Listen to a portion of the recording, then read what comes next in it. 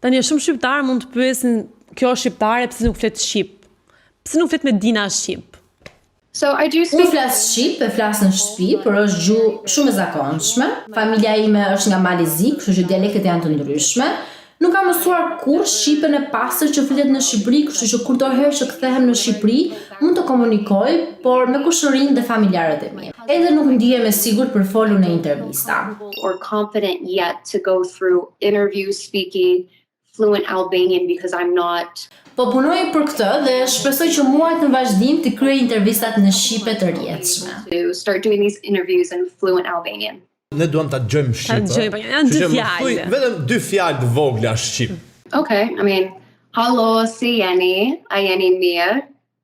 Ja Flori.